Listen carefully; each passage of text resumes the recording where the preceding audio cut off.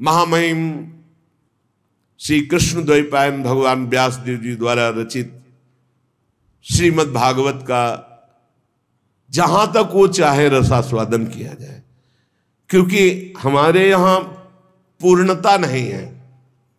कभी भी आप देख लेना, प्रेम में पूर्णिमा नहीं, इसलिए हमारा कभी कोई पूर्ण नहीं होता। प्रतिक्षण वर्धमान है पर कभी पूर्ण नहीं होता। हमने देखा कभी पूर्ण नहीं होता। एक बार श्री स्वामी अखंडानंद जी महाराज ने पूज्यपाद शिवड़िया बाबा जी महाराज से कहा कि इतने दिनों का अनुष्ठान मन में सोचा था कि आपको अमुक ग्रंथ सुनाएंगे और आप आदेश कर दिया कि अमुक का, तो उनका साधु का संकल्प नहीं पूर्ण होना चाहिए। पूज्यपाद उड़िया बाबा ने कहा साधु का संकल्प नहीं पूर्ण होना चाहिए। क्यों? अगर पूर्ण होगा तो नवीन संकल्प बनेगा। संकल्प रहित ही साधुता है। आज शुरू करो, कल बंद करवा दो, परसों फिर और शुरू करवा दो, नरसों बंद, वो आपका विषय है। सच्चिदानंद रूपाय विश्वोत्पत्त्यादि हेतवे तापत्रय विनाशाय श्री कृष्णाय वयं नुमः। यम प्रव्रजन्तमनुपेतमपेत कृत्यम द्वैपायनो विरह कातर आजुहाव। पुत्रेति तन्मयतया तरवोभिनेदुस् तम सर्वभूत हृदयं मुनिमान तूष्मी। सच्चित आनंद स्वरूप भगवान श्री कृष्ण को हम नमस्कार करते हैं। जो भगवान श्री कृष्ण जगत की उत्पत्ति, इसका पालन और इसका विनाश उनके एक संकल्प से होता है। आध्यात्मिक आदि दैविक आदि भौतिक तीनों प्रकार के तापों का जो नाश करने वाले हैं, जो सृष्टि का सृजन करते हैं, ब्रह्मा रूप से हरि रूप से पालन करते हैं और भगवान रुद्र रूप से अपने में लय कर लेते हैं, ऐसे सच्चिदानंद स्वरूप भगवान श्री कृष्ण को हम बार बार नमस्कार करते हैं। और महामहिम परमहंस शिरोमणि श्री सुखदेव जी को नमस्कार करते हैं, क्योंकि अभी प्रकट ही हुए हैं, कोई संस्कार भी नहीं हुआ, न यज्ञोपवीत संस्कार न लौकिक वैदिक कोई अनुष्ठान का अवसर ही नहीं दिया। गर्भ से निकलते ही नाल छेदन भी नहीं हुआ महाराज का। ऐसे महान वैरागी गर्भ से निकलते ही चल दिए, जिनके पीछे पीछे श्री कृष्ण द्वैपायन भगवान व्यासदेव जी हा पुत्र बेटा तुम कहां जा रहे हो, एक शब्द नहीं बोले। इतनी तन्मयता है ब्रह्म तत्व में कि वृक्षों से निकल रहा है सुकोहम सुकोहम सुकोहम। जो ऐसे समस्त भूत प्राणियों में विराजमान भगवत स्वरूप परमहंस शिरोमणि श्री सुखदेव जी महाराज है, उनके चरणों में कोटिशाह प्रणाम नमस्कार करते हैं। एक बार नैमिषारण्य में, बड़ा पावन क्षेत्र है नैमिषारण्य, बड़े भजन के परमाणु हैं। 88,000 ऋषि और श्री शौनक जी उनके मुखिया हैं। 88,000 ऋषियों में सब विराजमान हैं और मंचाधीन श्री सूत जी महाराज हैं। तो सूत जी महाराज को 88,000 ऋषि और उनके मुखिया शौनक जी प्रणाम करके नमस्कार करके बोले। शौनक जी ने कहा, सूत जी आपके वचन जब निकलते हैं तो उनसे हमारे अज्ञान अंधकार का नाश होता है। अज्ञान ध्वांत विध्वंस कोटि सूर्य समप्रभ सूताख्यायी कथा सारम मम कर्ण रसायनम। भक्ति ज्ञान विरागातो विवेको वर्धते महान माया मोह निरासस्य वैष्णवैः क्रियते कथम। हे सूत जी महाराज, आपके वचन करोड़ों करोड़ों सूर्यों के समान हैं, क्योंकि अज्ञान अंधकार का नाश कर रहे हैं। जब आप भगवान की चर्चा कहते हैं तो हमारे कानों में ऐसा लगता है अमृत रस। जो हम बड़ी बड़ी यज्ञ करके आनंद प्राप्त नहीं कर पाए, और आपके श्रीमुख से भगवत चर्चा सुनकर वो आनंद वर्तमान में मुझे प्राप्त हो रहा है। भक्ति, ज्ञान और वैराग्य से प्राप्त होने वाले महान विवेक की वृद्धि किस प्रकार से होती है, ये हम आपसे पूछते हैं। विवेक ये बहुत समर्थ परमार्थ का शुभट है। जिसके पास विवेक है वो माया को रौंद कर परास्त करके निश्चित परम पद को या ब्रह्मबोध तत्व ज्ञान जो चाहे वो प्राप्त करो। विवेक,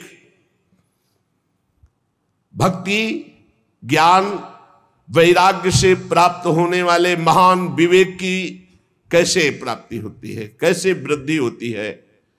ये वैष्णवजन भगवान की दुरंत माया मोह से अपना कैसे पीछा छुड़ाते हैं। ये घोर कलिकाल है, इसमें जीव की प्रायः स्वाभाविक आसुरी प्रवृत्ति होती, राक्षसी प्रवृत्ति। भूमि परत भा ढाबर पानी, निर्मल जल आकाश से जैसे गिरा, पृथ्वी में गिरते ही धूल दूषित मलिन हो गया, ऐसे ही तिम जीव ही माया लपटानी। महाराज, ऊपर से कलिकाल जिससे आसुरी प्रवृत्ति बढ़ती चली जा रही, तो क्या उपाय है जिससे माया आसक्त जीव कलिकाल में दैवी संपदा से संपन्न बनकर के भगवत प्राप्ति कर ले? ऐसा कोई उपाय है आपकी दृष्टि में? सूत जी, आप हमें कोई ऐसा शाश्वत साधना बताइए जो सबसे अधिक कम समय में हमारा परम कल्याण कर दे, सबसे अधिक बलशाली और कम समय में हमारा कल्याण कर दे, हमारे हृदय को पवित्र कर दे, हमें भगवान ललित त्रिभंगी श्याम सुंदर से मिला दे।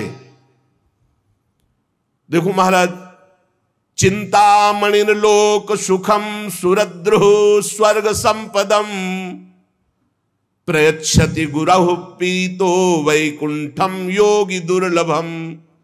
अगर चिंतामणि मिल जाए तो लौकिक सुख दे सकती है, कल्प वृक्ष मिल जाए तो स्वर्गिक सुख दे सकता है, परंतु अगर गुरु मिल जाए और गुरु प्रसन्न हो जाए तो योगी दुर्लभ नित्य भगवान का परम धाम दे देते हैं। इसलिए आप कृपा करके बताइए कि महान बलिष्ठ साधन कम समय में श्री कृष्ण का साक्षात्कार करा दे, शुद्ध विवेक जागरण हो जाए, ऐसा उपाय बताओ। क्योंकि एक तो माया ग्रसित, दूसरा कलयुग का प्रभाव, कैसे जीव भगवत प्राप्ति करे। सूत जी ने कहा, शौनकादि ऋषियों, मैं देख रहा हूं कि तुम्हारे हृदय में श्री कृष्ण का बहुत प्रेम है, इसलिए मैं विचार करके तुम्हें संपूर्ण सिद्धांतों का निष्कर्ष सुनाता हूं। ध्यान से सुनो, ये तुम्हारे जन्म और मृत्यु के भय का नाश कर देगा। ध्यान से सुनो। जब जीव के हृदय में भक्ति जागृत होती है, ऐसी भक्ति जिसका प्रतिदिन प्रवाह बढ़े, वो प्रवाह जीव को भगवान श्री कृष्ण के समीप ले जाता है, भक्ति का प्रवाह। और उसके ऐसे आचरण बनने लगते हैं कि भगवान प्रसन्न हो जाते हैं। जहां भगवान प्रसन्न होते हैं, ये माया अपने आप हटने लगती, फिर उसमें कोई बाधा नहीं पहुंचाती। मैं तुम्हें साधन बताता हूं भगवान श्री कृष्ण को प्रसन्न करने का, सावधान होकर सुनो। कलयुग में जीवों के काल रूपी सर्प के मुख का ग्रास होने के त्रास का आत्यंतिक नाश केवल भगवान की कथा से हो सकता है। अगर हमें नित्य सत्संग मिले, नित्य भगवत चर्चा मिले, तो हमारा भजन रोज बढ़ेगा, भजन में रुचि बढ़ेगी, हमारे असत आचरण छूटेंगे, हम निश्चित भगवत प्राप्त हो जाएंगे। मन की शुद्धि के लिए भगवान की चर्चा से बढ़कर और कोई साधना नहीं। परस्पर भगवान की चर्चा कथन श्रवण की जाए, इससे बहुत जल्दी मन भगवान में लग जाता है, मन शुद्ध हो जाता है। जब मनुष्य के बहुत जन्मों का पुण्य एकत्रित होता है,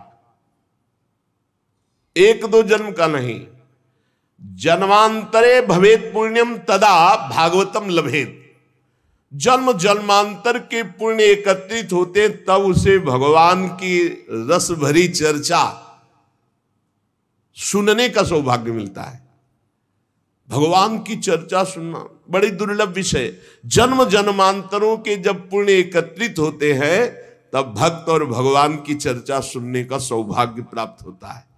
सुत दारा धन लक्ष्मी पापियों के घर होए, संत समागम हरि कथा तुलसी दुर्लभ दोय।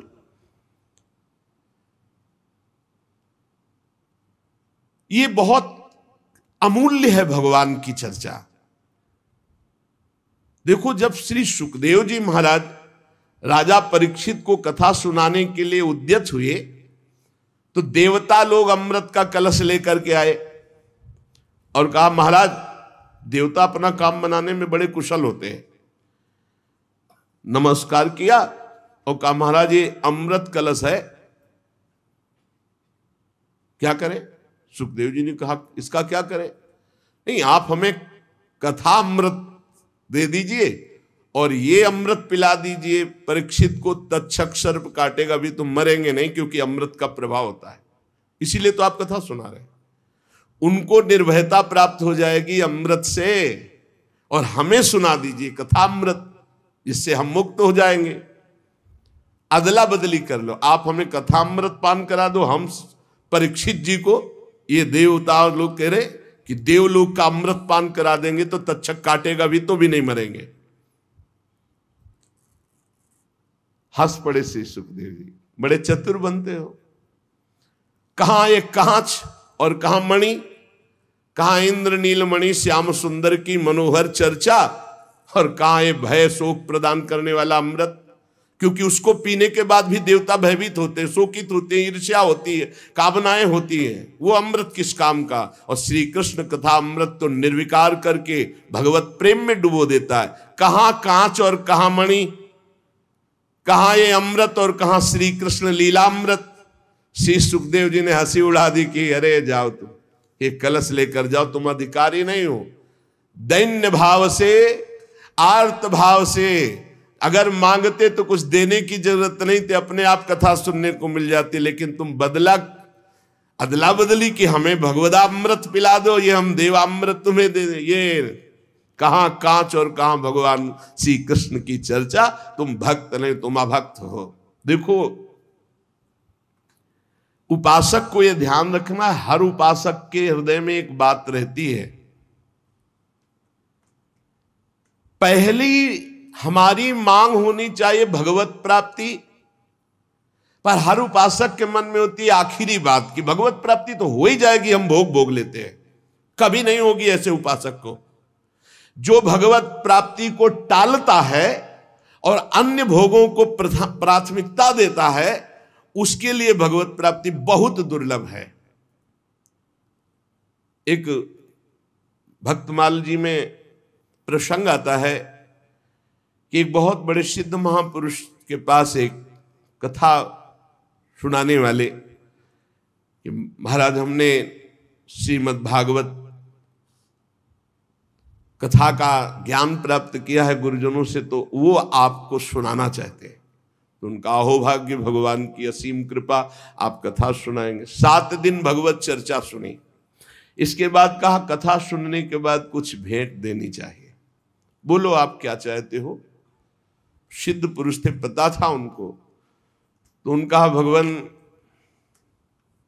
संतान नहीं है, अगर एक संतान हो जाती, जाओ 7 दिन कथा सुनाने का फल हमारे भजन के प्रभाव से तुम्हारा नवीन प्रारब्ध बनेगा और तुम्हारे संतान होगी। और हाँ, भगवान संतान भी हो गई, पर धन नहीं है तो कैसे हम पालन पोषण करेंगे। इसलिए आपकी कृपा से कुछ ऐसा विधान बन जाए कि हमारा परिवार चलता रहे, इससे कुल परंपरागत हमें लक्ष्मी की प्राप्ति हो। हरि चर्चा सुनाई है, विधान बन जाएगा धन का भी बन जाए। ठीक है, जाओ। और कुछ भगवान की थोड़ी भक्ति भी हो जाए। चुप। पहले संतान, दूसरे में धन और तीसरे में भक्ति।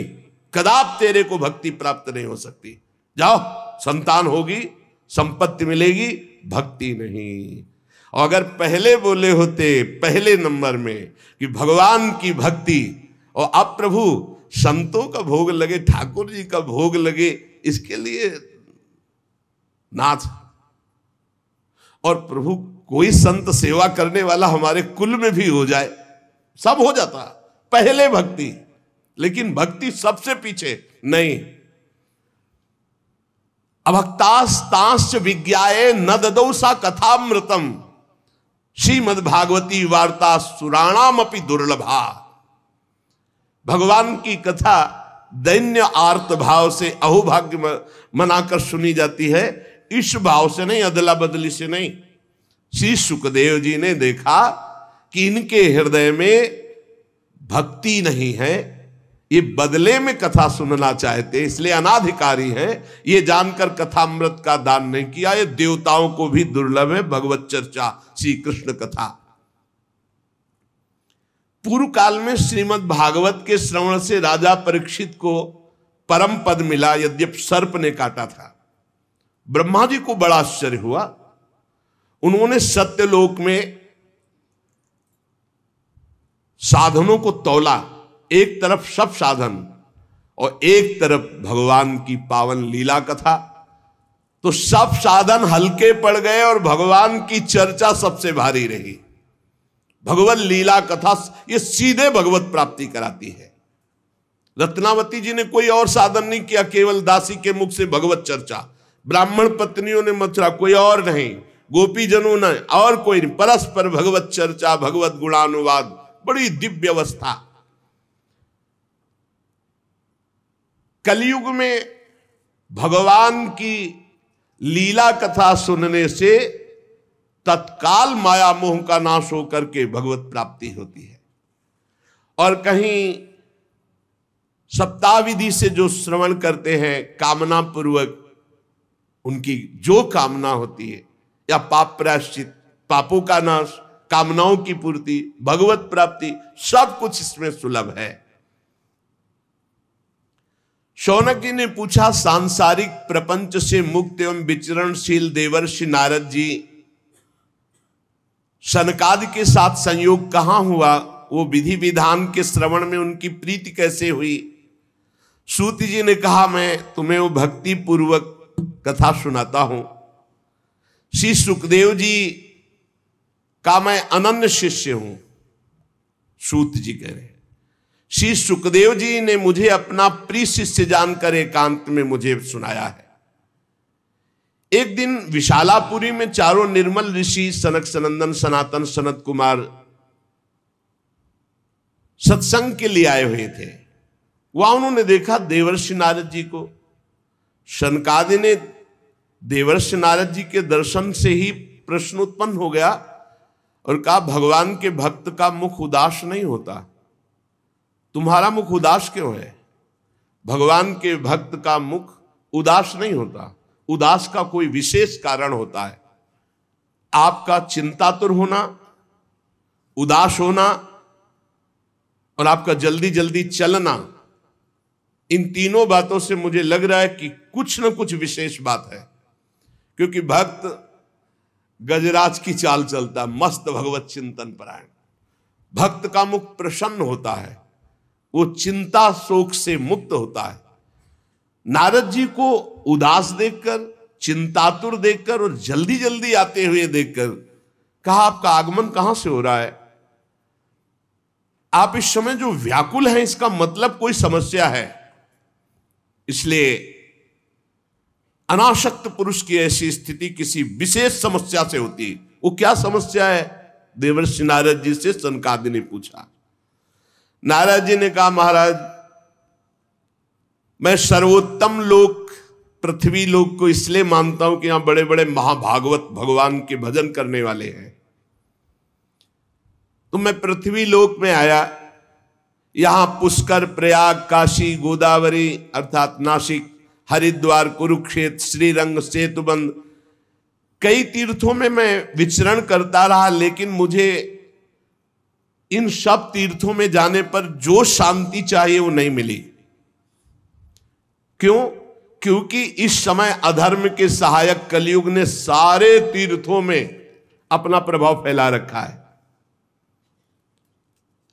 मैंने तीर्थों में देखा, देवर्षि नारद जी कह रहे, सत्यम नास्ति तपः शौचम दया दानम न विद्यते उदरम भरणो जीवा वाराकाह कूट भाषण।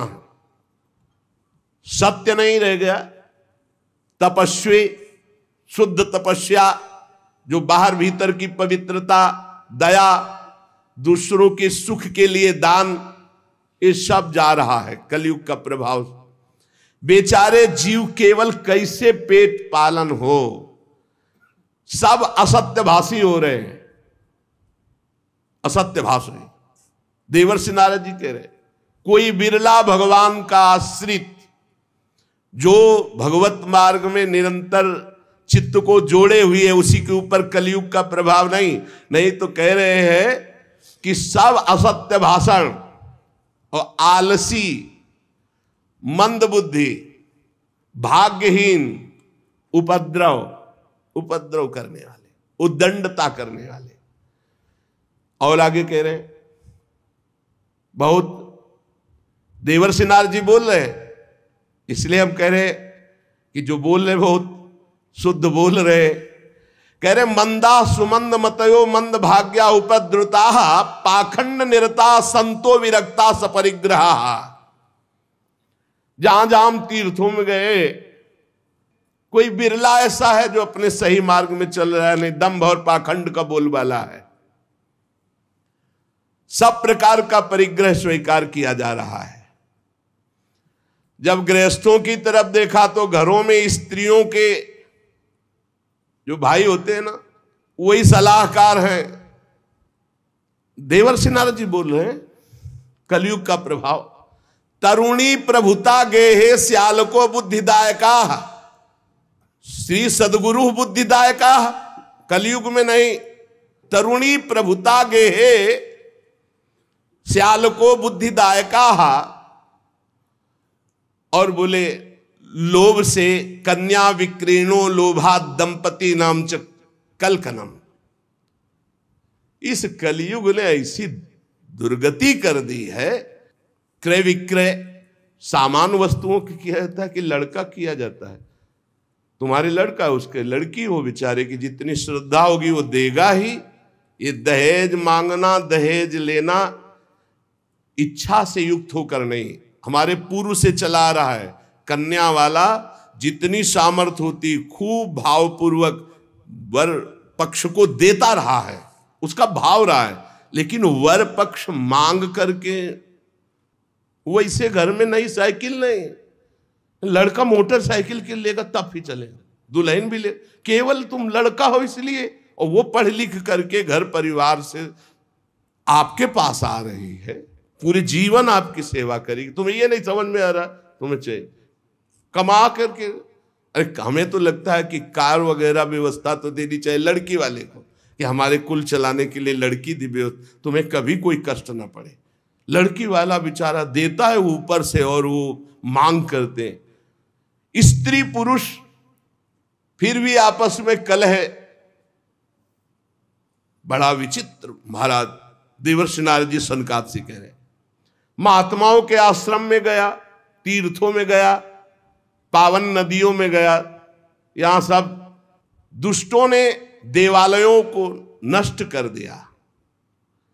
कलयुग का ऐसा प्रभाव हो रहा है कि शुद्ध योगी मिलना, सिद्ध मिलना, सिद्ध ज्ञानी मिलना, सिद्ध भक्त मिलना, सिद्ध सत्कर्मी मिलना बड़ा कठिन हो रहा है। न योगी नैव सिद्धो वा न ज्ञानी सत्क्रियो नरा कलिदावा नले नाद्य साधनम भस्मताम गतम। भ्रष्टाचार फैला रहा है कलयुग। सारे साधन इस समय कली रूपी दावानल से भस्म हो रहे हैं। हमने देखा कि बाजारों में अन्न बिकने लगा है, पहले अन्न नहीं बिकता था। देवर्षि नारद जी कह रहे कैसा कलयुग का प्रभाव बढ़ गया है। अट्टशूला जनपदा शिवशूला दुजातय कामिन्य केशशूलिन्य संभवंती कलाविः। दुजातय जो विप्रजन है वो पैसा लेकर के वेद पढ़ाते हैं, तो फिर परिवार कैसे चले? नहीं, वेद पढ़ाते थे वो तो गुरुदक्षिणा में या कार्य की पूर्णता में जजमान तो खुद देता था, मांगने को नहीं कहा गया। गोस्वामी तुलसीदास जी ने भी कहा बेचहि वेद धर्म दुहि लेहि। पैसा तय करके वेद का पाठ करना या शास्त्रों का श्रवण कराना, ऐसा निषेध ये कलयुग का प्रभाव है। देवर्षि नारद जी कह रहे हैं शास्त्र तस्मात् शास्त्रम प्रमाणम। कामिन्यः केशशूलिन्यः संभवन्ति कलाविः। इस कलयुग ने ऐसा भ्रष्टाचार मचा दिया कि चरित्र बेच करके लोग जीवन यापन करना चाहते हैं। बड़ा विचित्र है। बोले चरित्र बेच करके उदर पोषण करने की वृत्ति, ऐसा दिमाग। नौकरी मिल जाए, रुपया मिल जाए, पद मिल जाए, चरित्र चला जाए, उसका कोई महत्व नहीं। ऐसा कलयुग बुद्धि को भ्रष्ट कर देता है। एवं पश्यन् कलेर दोषान पर्यटन नवनीमहम यामुनम तटमापन्नो यत्र लीला हरेरभूत। मैं ऐसे विचरण करते हुए भयानक कलयुग के दोषों को देखता हुआ परम पावन यमुना जी के पुलिन पर विराजमान जो श्री वृंदावन धाम है, जहां भगवान श्री कृष्ण की नित्य लीला हो चुकी है, हो रही है और होती रहेगी। तत्राश्चर्यम मया दृष्टम सूर्यताम तन्मुनीश्वरा एका तु तरुणी तत्र निषण्णा खिन्न मानसा। मुनिवरों, मैंने एक बड़ा आश्चर्य देखा वृंदावन में। वहां एक बड़ी तेजोमयी दिव्य युवती खिन्न मन से बैठी है, उसके पास दो पुरुष वृद्धावस्था को प्राप्त अचेत पड़े हुए सांस ले रहे हैं। वो तरुणी बार बार उन दो वृद्ध पुरुषों की सेवा करके जगा रही है, दुलार कर रही है, पर वो जगी नहीं रहे। तरुणी खिन्न मानसा, बहुत उदास है। दश दिक्षु निरीक्षन्ति रक्षितारम निजम वपुः विज्यमाना सतस्त्रिभिर बोध्यमाना मुहुर्मुहु। वो दसियों दिशाओं में देख रही कि कोई मेरा सहयोगी आ जाए और इन दो को चेतना दिला दे। बार बार वो वस्त्र से पंखा झल रही, उन्हें चेतना लाने की कोशिश। मैंने ये दूर से चरित्र देखा, कौतूहलवश पास गया। वो दिव्य तरुणी खड़ी हुई और प्रणाम करके व्याकुल होकर मुझसे कहने लगी, देवर्षि नारद जी, एक क्षण ठहर जाइए, मेरी चिंता को दूर कर दीजिए, क्योंकि आप जैसे संतों का दर्शन समस्त चिंता और पापों को नष्ट करने वाला होता है। आपके वचनों से मेरे दुख की बहुत कुछ शांति हो जाएगी, मुझे विश्वास है। क्योंकि यदा भाग्यम भवेद भूरि भवतो दर्शनम तदा। जब मनुष्य के बहुत बड़े भाग्य उदय होते, तब आप जैसे संतों के दर्शन होते हैं। नारद जी ने कहा कि देवी तुम कौन हो, बहुत तेजस्वी हो, और ये दोनों वृद्ध पुरुष कौन है तुम्हारे जो तुम इनकी सेवा कर रही हो, और बहुत सी कमल नयनी देवियां तुम्हें घेरे हुए हैं। तुम विस्तार से अपने दुख और अपना परिचय बताओ, दुख का कारण और परिचय।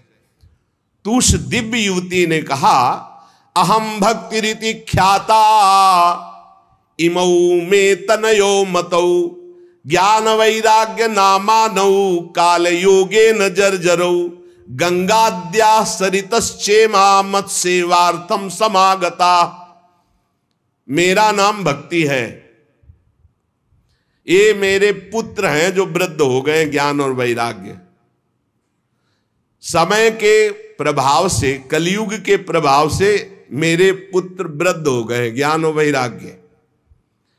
ये जो मेरी सेवा में है, ये गंगादि दिव्य नदियां हैं,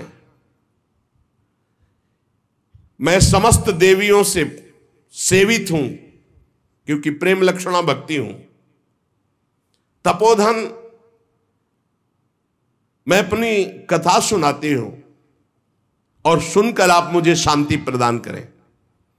मैं द्रविड़ देश में उत्पन्न हुई, कर्नाटक में बड़ी, कहीं कहीं महाराष्ट्र में सम्मानित हुई, गुजरात में मुझे थोड़ा बुढ़ापा जैसा लगा।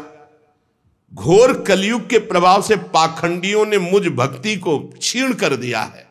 पाखंड ने, बहुत काल से मैं दुर्बल, निस्तेज, अपने पुत्रों सहित। पर जब मैं वृंदावन आई तब तो मैं तो सुंदरी स्वरूप नवयुवती हो गई, लेकिन मेरे पुत्र वैसे की वैसे ज्ञान वैराग्य। भक्ति कह रहे मैं तो तेजस्विनी हो गई वृंदावन में, लेकिन ज्ञान वैराग्य को यहां। अब ये मेरे पुत्र ऐसे वृद्ध पड़े हैं, अब इनको छोड़कर मैं कहीं जा नहीं सकती। जरठत्वम समायातौ तेन दुखेन दुखिता, साहम तु तरुणी कस्मात् श्रुतौ वृद्धा विमोकुता। बड़ी समस्या है, माता जवान और बेटे बूढ़े, मैं दुखी हूं। हम तीनों एक साथ रहते हैं, ज्ञान वैराग्य भक्ति, फिर ये विपरीतता क्यों? ऐसा होना चाहिए, पुत्र तरुण होना चाहिए, माता बूढ़ी होनी चाहिए। मैं तरुण हूं, मेरे पुत्र ज्ञान वैराग्य बूढ़े हैं। योग निधि, आप इसका कारण बताइए। नारद जी ने कहा, साध्वी, आपके बात करते करते मैंने ज्ञान दृष्टि से सब कुछ देख लिया, तुम्हें विषाद नहीं करना चाहिए। भगवान श्री हरि तुम्हारे अधीन है। प्रेम अधीन भगवान का नाम, प्रेमाधीन, भक्ताधीन मनः पूज्यो, भक्ति के अधीन है, तुम्हें विषाद शोभा नहीं देता। सूत जी कहते हैं, मुनिवर नारद जी ने एक क्षण में ही सब कारण जान लिया और नारद जी ने कहा, देवी सावधान होकर सुनो, ये दारुण कलयुग है। इसी से इस समय सदाचार, योग मार्ग, तपस्या, सब मार्ग, भगवत मार्ग जितने हैं, प्रायः ये गुप्त लुप्त होते जा रहे हैं। कलिकाल का ऐसा प्रभाव बढ़ता चला जा रहा है। हे देवी, जना अघासुरायन्ते साठ्य दुष्कर्म कारिणः। सबका मन दुष्टता में ज्यादा लगता है। दुष्कर्म करना, पापाचरण करना, जो मन बुद्धि है, ये ज्यादातर पाप कर्म के कभी नहीं अघाते हैं। जहां देखो जो सही मार्ग से चलेगा उसे दुख, म्लान, निंदा, उपहास। बड़ा बुद्धिमान होगा जो सही मार्ग में धैर्य पूर्वक चल पावे, नहीं तो लोग ऐसा उसका उपहास करेंगे और ऐसा दृश्य देखने को कलयुग दिखाएगा कि पाप कर रहा है, मौत से रह रहा है, धर्म से चल रहा है, बड़ा दुखी हो रहा है। कलयुग का ऐसा प्रभाव बढ़ रहा है कि यहां शुद्ध ज्ञानी मिलना, शुद्ध भक्त मिलना, शुद्ध पंडित मिलना, पंडिता समदर्शिना, बड़ा कठिन हो रहा है। ऐसा नहीं कि नहीं है, पर बड़ा कठिन हो रहा है। पृथ्वी में इतना पाप बढ़ता जा रहा है कि भगवान शेष जी के लिए भार रूप हो रही है पृथ्वी। मैं तो आया था मृत्यु लोक में भक्तों का समागम प्राप्त करने, लेकिन इस समय छूने और देखने योग्य भी नहीं रह रही है। बड़ा अमंगल हो रहा है पृथ्वी में। इस संसार में वैराग्य और ज्ञान की किसी की जरूरत है नहीं, इसीलिए बूढ़े हो गए तुम्हारे पुत्र। विषयानुरागी, अंधे बने हुए, भोगों में लगे हुए, इसलिए वैराग्य की जरूरत नहीं। भोगों में सुख बुद्धि, इसलिए ज्ञान की जरूरत नहीं। तुम इसलिए जवान यहां हो गए कि वृंदावन है, यहां संयोग से सदैव तुम जवान रहोगी। कभी तुम्हें कोई भी अंग, 64 अंगों में भक्ति के कोई भी अंग यहां हीन नहीं, क्योंकि संपूर्ण अंगों से परिपूर्ण ये भगवान का धाम है ना। अतः वृंदावनस्य संयोगात् पुनस्त्वं तरुणी नवा, धन्यम वृंदावनम तेन भक्तिर्नृत्यति यत्र च। धन्य है वृंदावन, जहां भक्ति सर्वांग पुष्ट होकर नृत्य कर रही। परंतु वृंदावन में भी तुम्हारे पुत्रों को यहां कोई पूछने वाला नहीं, ग्राहक नहीं। अत्रेमौ ग्राहका भावान जरामपि मुंचतः। अभाव है वृंदावन में, ज्ञान वैराग्य को कोई नहीं पूछता। यहां प्रेम लक्षणा भक्ति का ही सारा खेल है, इसलिए इनका बुढ़ापा नहीं छूट रहा। पर यहां आनंद से सो रहे, क्योंकि भगवान का धाम है तो इनको भगवत स्पर्श जनित आनंद की प्राप्ति हो रही, इसलिए शांत सो रहे। भक्ति ने कहा कि सुना था कि राजा परीक्षित ने देखा था कलयुग को, फिर इस पापी को मार क्यों नहीं डाला, रहने क्यों दिया? इस पापी कलयुग के आते ही सबकी बुद्धि भ्रष्ट हो गई, सब वस्तुओं का सार न जाने कहां चला गया। परीक्षित जी ने मार क्यों नहीं डाला इसको? और करुणामय भगवान श्री हरि से भी ये कैसे देखा जा रहा है? मेरा संदेह दूर कीजिए, क्योंकि आपके वचनों के सुनने से मुझे बड़ी शांति और पुष्टता मिल रही है। भक्ति जी ने कहा। नारद जी ने कहा, देवी तुमने पूछा है तो प्रेम से सुनो कल्याणी, मैं तुम्हें बताऊंगा, तुम्हारा दुख निश्चित दूर होगा। जिस दिन भगवान श्री कृष्ण इस भूलोक को छोड़कर अपने परम धाम को गए, उसी दिन से संपूर्ण साधनों में बाधा डालने वाला एक कलयुग आ गया। उसी दिन से कलयुग आया है जिस दिन भगवान परम धाम को अंतर्धान हुए, द्वापर का अंत। तुमने जो पूछा परीक्षित जी ने मारा क्यों नहीं इस कलयुग को, तो दिग्विजय के समय राजा परीक्षित की दृष्टि पड़ी, जो ही दृष्टि पड़ी कलयुग समझ गए मार डालेंगे, क्योंकि भगवत शक्ति से संपन्न है। वो दौड़ के अपनी पाग उतार कर दीन होकर शरण में आ गया। और ये नियम है कि जो चरणों में गिर पड़े, शरणागत हो जाए, चाहे प्राणों की बाजी लगानी पड़े, उसकी हानि नहीं होनी चाहिए। ये शरणागत का धर्म का नियम है। जैसे कबूतर चरणों में गिर गया तो महाराज शिवी जी ने अपने संपूर्ण शरीर को, मांस को और शरीर को भी दे दिया, लेकिन कबूतर को नहीं दिया। वो दीन के समान शरण में आ गया।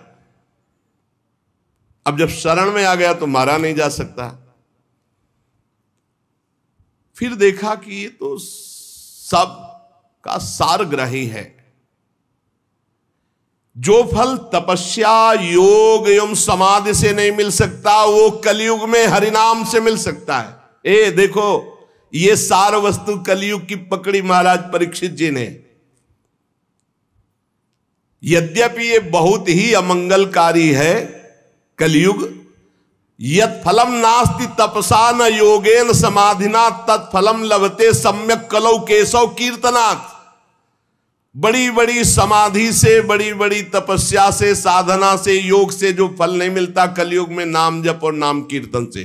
कलयुग केवल नाम आधारा, सुमिर सुमिर नर उतर ही पारा।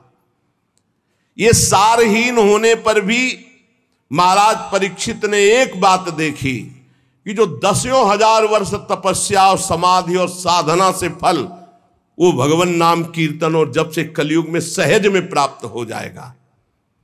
इसलिए इसको नहीं मारा। पहले तो शरणागत हो गया, और दूसरी बात इसमें बड़ी जोर की एक बात देखी कि जो दसियों हजार वर्ष समाधि, तपस्या, योग, यज्ञ आदि से, वो यहां सहज में नाम जप से, नाम कीर्तन से प्राप्त हो जाएगा।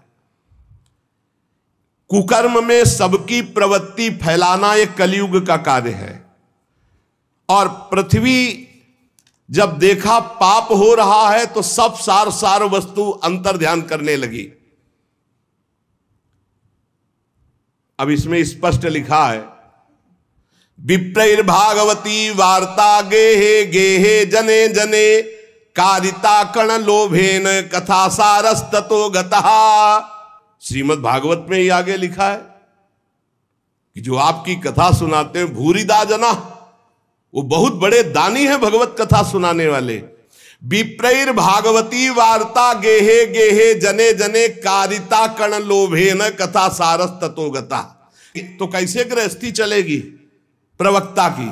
श्री कृष्ण से योगक्षेमम वहाम्यहम, भगवान चलाएंगे। तो श्री कृष्ण देंगे। कैसे देंगे श्री कृष्ण? जैसे पूरी सृष्टि रची है, तुम्हारी सलाह से थोड़ी रची है। अपने आप, अपनी सामर्थ्य से आपका भरण पोषण करेंगे। विप्रैर भागवती वार्ता गेहे गेहे जने जने कारिता कण लोभे न कथा सारस ततो गता।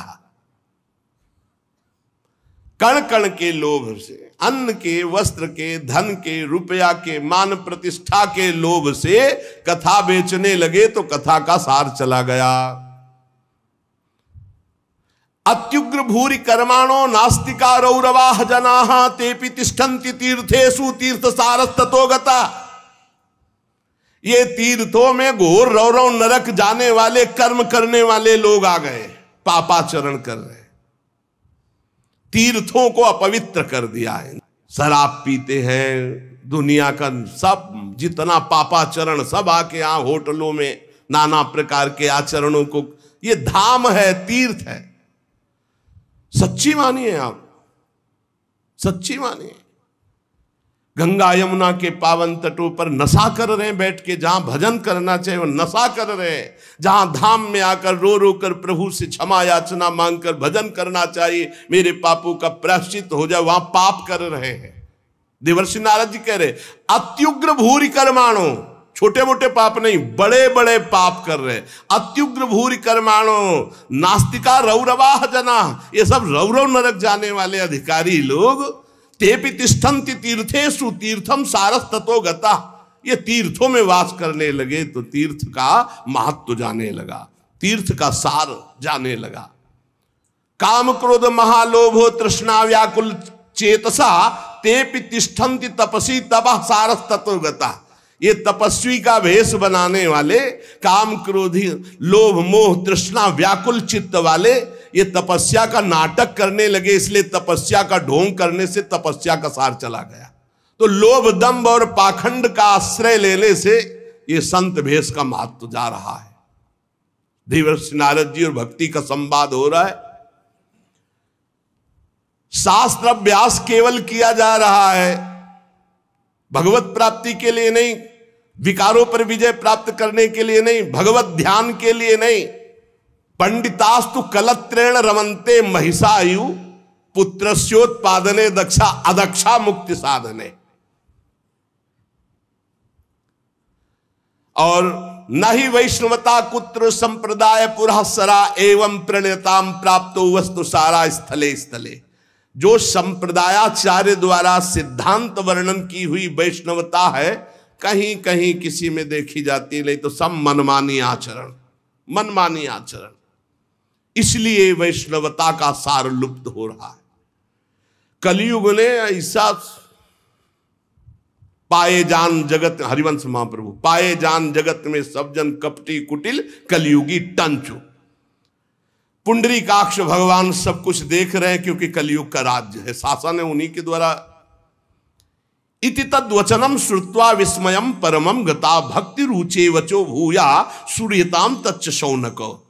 सूत जी कहते, शौनक जी जब देवर्षि नारद के वचन सुने, भक्ति को बड़ा आश्चर्य हुआ। फिर उसने जो कहा सुनो, भक्ति ने कहा देवर्षि आप तो धन्य है, मेरा बड़ा सौभाग्य जो आपका समागम हुआ, क्योंकि साधु नाम दर्शनम लोके सर्वसिद्धि करम परम।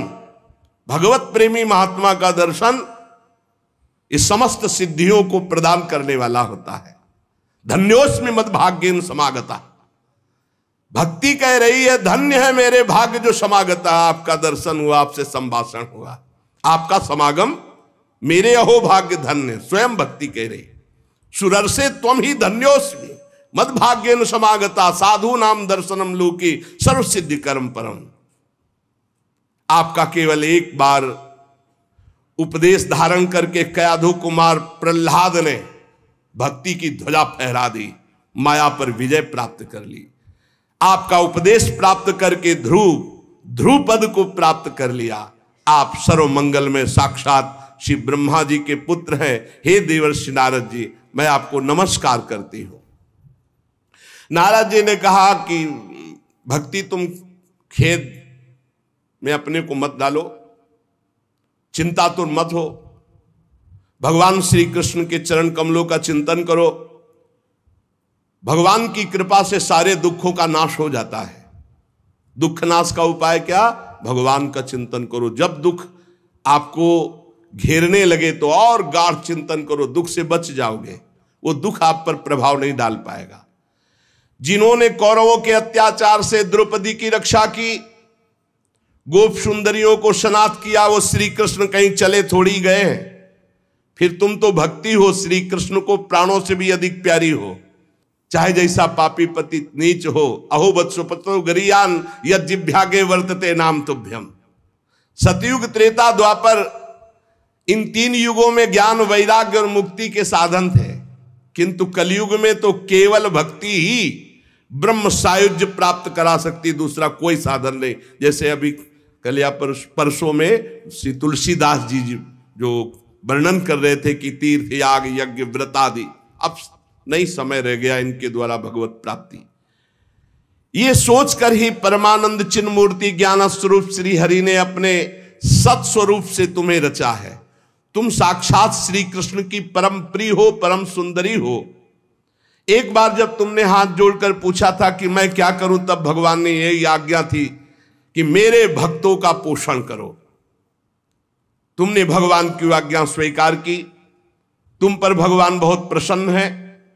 तुम्हारी सेवा करने से मुक्ति को तुम्हारी दासी के रूप में दिया है। भक्ति की दासी क्या है? मुक्ति।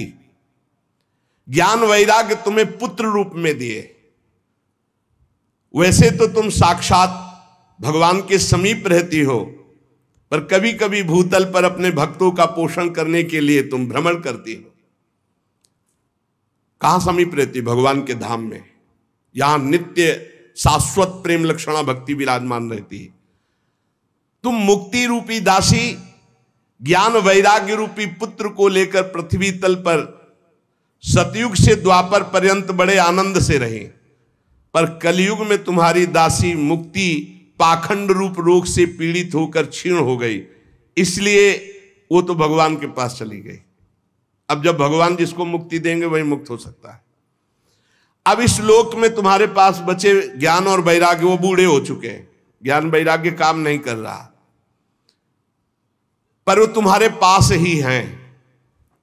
कलयुग के कारण तुम्हारे पुत्र उत्साहहीन वृद्ध हो गए हैं, पर चिंता मत करो, मैं संकल्प लेता हूं इनका नव जीवन, ज्ञान वैराग्य को मैं जागृत करूंगा।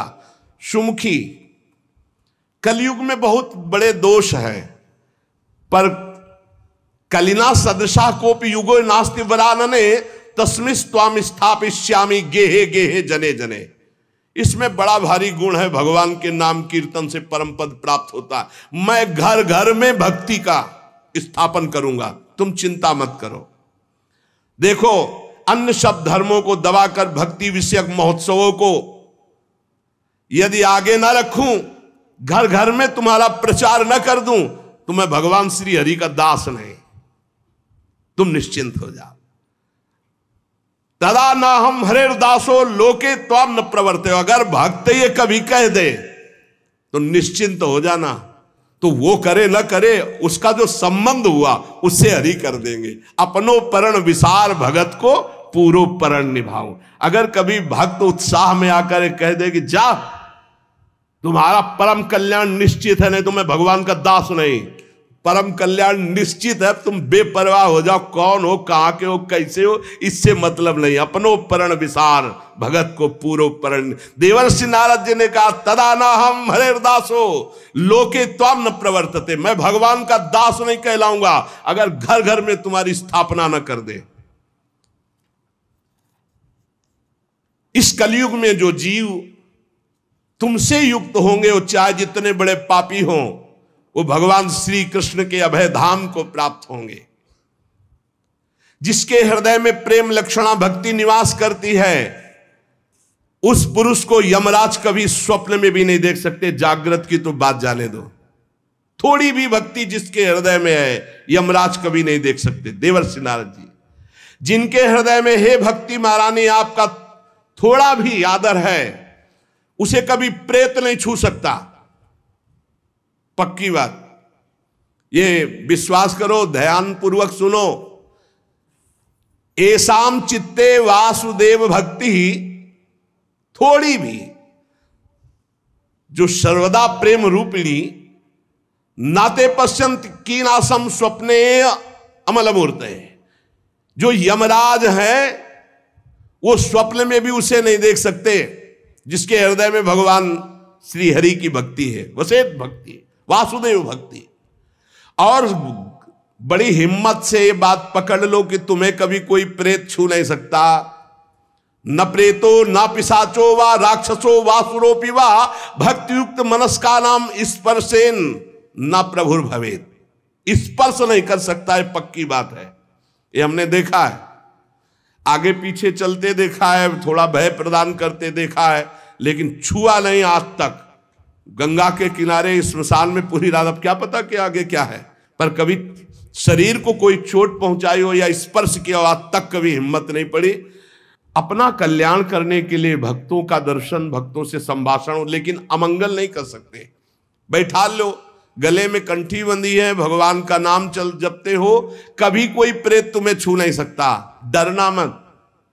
प्रेत योनि होती है, ऐसा नहीं कि नहीं होती, 84 लाख योनियों में है, इसी में प्रसंग में आएगा आगे चल करके। ना प्रेतो ना पिशाचो वा राक्षसो वा असुरोपि वा, ना कोई राक्षस ना कोई असुर ना कोई पिशाच ना कोई प्रेत, जिसके हृदय में भगवान की भक्ति है, गले में कंठी है, नाम जप, ये कभी स्पर्श नहीं कर सकते। जिनके हृदय में भक्ति महारानी का थोड़ा भी निवास है, प्रेत पिशाच राक्षस दैत्य स्पर्श भी नहीं कर सकता। भगवान तपस्या वेदाध्ययन ज्ञान और कर्म आदि के साधन से वश में नहीं किए जा सकते, वो केवल भक्ति से ही वशीभूत होते, इसमें गोपीजन प्रमाण है। ना तपोभिर न वेदैश्च न ज्ञाने नापि कर्मणा हरिर ही साध्यते भक्त्या प्रमाणम तत्र गोपिका। ये जो भगवत चर्चा, धाम आना, सत्संग सुनना, नाम जप करना, भगवान की भक्ति में, बोले नृणाम जन्म सहस्त्रेण भक्तो प्रीतिर ही जायते, कलौ भक्तिर भक्त्या कृष्ण पुरा स्थिता। जब हजारों जन्मों के तपस्या और पुण्य एकत्रित होते हैं, तब भगवान के नाम रूप लीला धाम में भक्ति होती है। कलयुग में केवल भक्ति, केवल भक्ति, केवल भक्ति से ही श्री कृष्ण चंद्र का साक्षात दर्शन पाया जा सकता है। केवल भक्ति से भगवत धाम की प्राप्ति।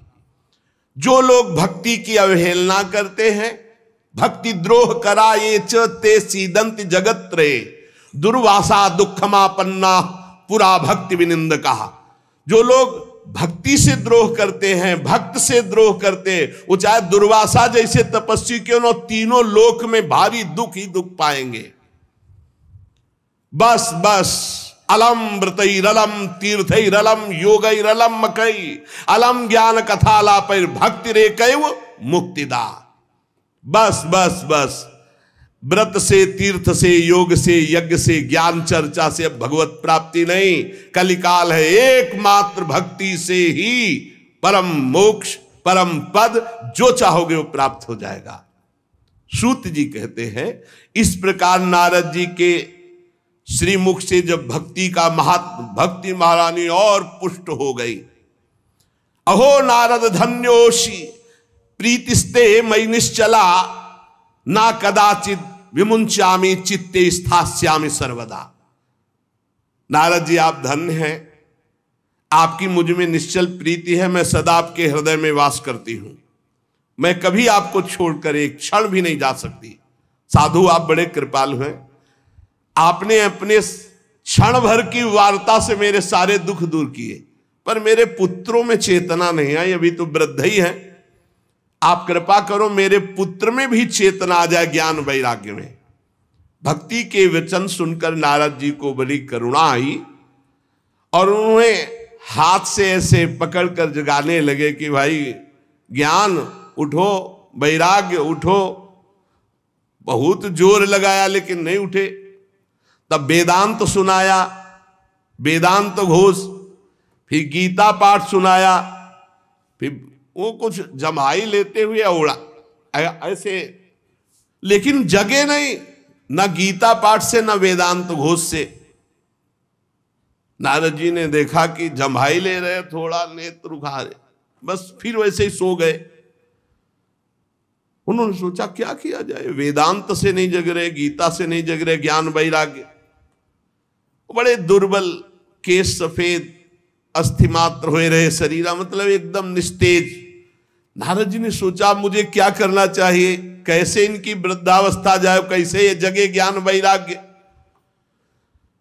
भगवान का स्मरण करने लगे, हे भगवान मुझे उपाय बताओ ज्ञान वैराग्य को जगाने का। उसी समय आकाशवाणी हुई, हे नारद जी खेद मत करो, तुम्हारा उद्योग निसंदेह सफल होगा। देवर्षि तुम इनके लिए एक महान सत्कर्म करो, और वह सत्कर्म क्या है तुम्हें संत शिरोमणि बताएंगे। आकाशवाणी बस इतना बोली, तुम धन्य हो, तुम इनके लिए सत्कर्म करो, तुम्हारा उद्योग सफल होगा, और वो सत्कर्म कोई संत महापुरुष बताएंगे। आकाशवाणी साफ साफ सुनाई दी थी। नारद जी को बड़ा विस्मय हुआ। वो कहने लगे कि आकाशवाणी भी हुई और कुछ आशय भी नहीं समझा, कहा संत शिरोमणि कहेंगे, वो कहाँ है संत शिरोमणि, हम किसको खोजें। आकाशवाणी ने भी बात गुप्त ही कही, वो कौन सा साधन है, वो कौन से संत शिरोमणि है जो मुझे बताएंगे, वे संत कहाँ मिलेंगे। अब आकाशवाणी ने जो कहा मुझे करना चाहिए, खोज करना चाहिए संत शिरोमणियों की।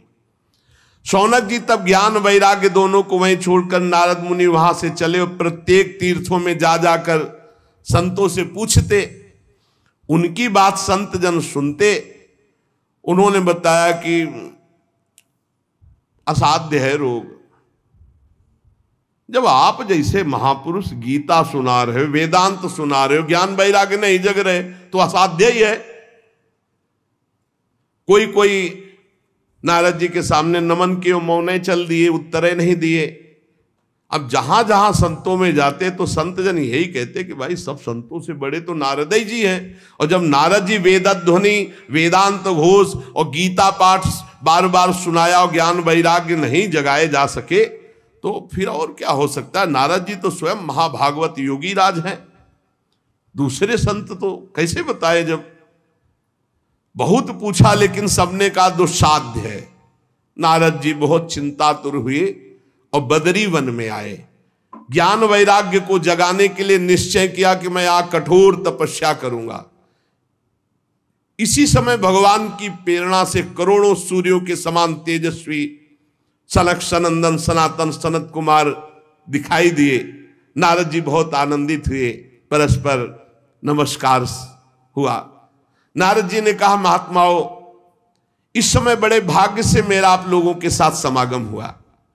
आप मुझ पर कृपा करके शीघ्र वो साधना बतलाइए। आप सभी लोग बड़े योगी बुद्धिमान विद्वान हैं।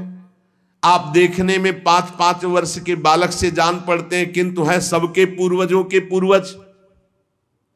आप सदैव वैकुंठ धाम में निवास करते हैं और निरंतर हरिनाम कीर्तन करते रहते हैं। भगवत लीलामृत का रसास्वादन करके उन्मत्त रहते हैं। भगवान की चर्चा ही आपका जीवन है।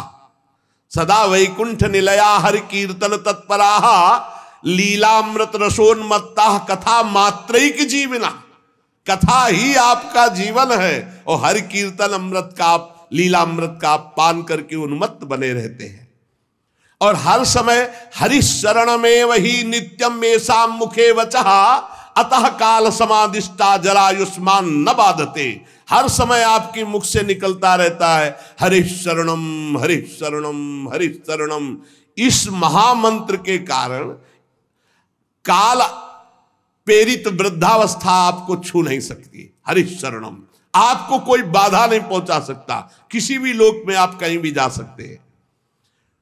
आपके भ्रूभंग मात्र टेढ़ी होने पर भगवान के द्वारपाल जय विजय तुरंत पृथ्वी लोक में गिर पड़े थे और आपकी ही कृपा से पुनः वैकुंठ लोक पहुंचे।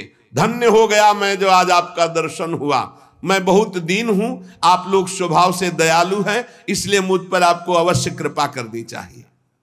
बताइए आकाशवाणी ने जो कहा वो कौन सा साधन है, मुझे क्या अनुष्ठान करना चाहिए, ज्ञान और वैराग्य किस प्रकार जागृत हो और भक्ति सुखी हो जाए, सब में भक्ति ज्ञान वैराग्य की प्रतिष्ठा हो, ऐसा कौन सा साधन है। सनक सनंदन सनातन सनत कुमार चारों ऋषियों में से बोले, देवर्षि आप चिंता मत करो, पहले तो प्रसन्न हो जाओ। उनके उद्धार का एक सरल उपाय पहले से विद्यमान है। नारद जी, धन्य है उसका जीवन जो परोपकारी जीवन है, दूसरे के लिए। आप विरक्तों में शिरोमणि हैं, श्री कृष्ण दासों के शाश्वत पथ प्रदर्शक हैं, भक्ति योग के भास्कर हैं। आप भक्ति के लिए जो उद्योग कर रहे हैं, आपके लिए कोई आश्चर्य की बात नहीं समझनी चाहिए। भगवान के भक्त के लिए तो भक्ति की सम्यक स्थापना करना सदा उचित है। ऋषियों ने संसार में अनेकों मार्ग प्रकट किए, किंतु सभी कष्ट साध्य है और परिणाम में बहुत ब्रह्मा द्वारा रचे हुए लोकों की ही प्राप्ति कराने वाले हैं। भगवान की प्राप्ति कराने वाला मार्ग तो बड़ा गुप्त है, उसका उपदेश करने वाला पुरुष भी बड़े भाग्य से प्राप्त होता है। आपको आकाशवाणी ने जिस सत्कर्म का संकेत किया है उसे हम बतलाते हैं, आप प्रसन्न और समाहित चित्त होकर सुनिए। नारद जी द्रव्य यज्ञ, तपोयज्ञ, योग यज्ञ और स्वाध्याय रूपी ज्ञान यज्ञ, ये सब तो लोक लोकांतर की प्राप्ति कराने वाले हैं, महालोक, तपलोक, जनलोक, स्वर्गलोक आदि। लेकिन ये जो भगवत चर्चा रूपी महान सत्कर्म है, ये मोक्ष प्रदान करता है, प्रेम प्रदान करता है।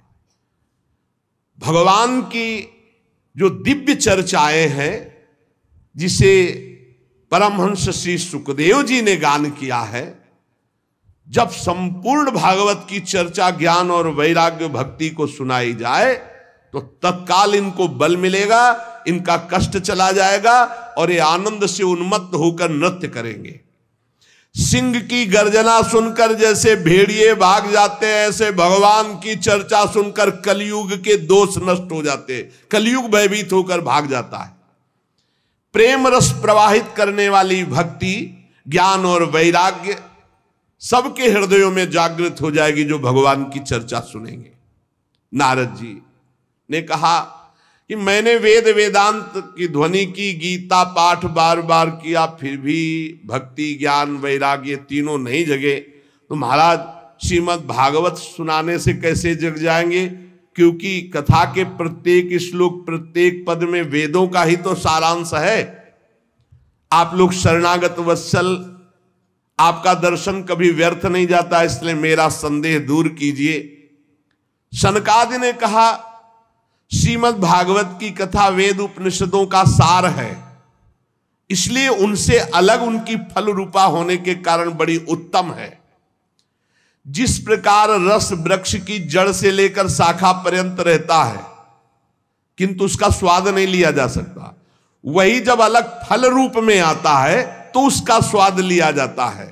जैसे दूध में घी रहता है किंतु उसका स्वाद नहीं लिया जाता, जब प्रक्रिया के द्वारा अलग किया जाता है तो उसका स्वाद अलग हो जाता है।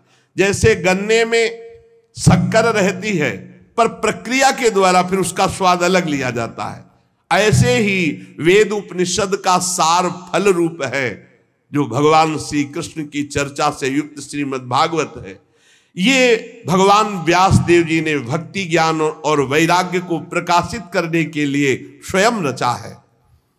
वेद वेदांत के पारगामी गीता की भी रचना करने वाले भगवान व्यास देव जी खिन्न होकर अज्ञान समुद्र में गोते खा रहे थे, तो आप याद करो, आपने ही तो 4 श्लोक में इसका उपदेश किया था, उसे सुनते ही उनकी सारी चिंता दूर हो गई थी। फिर इसमें आपको आश्चर्य क्यों हो रहा है?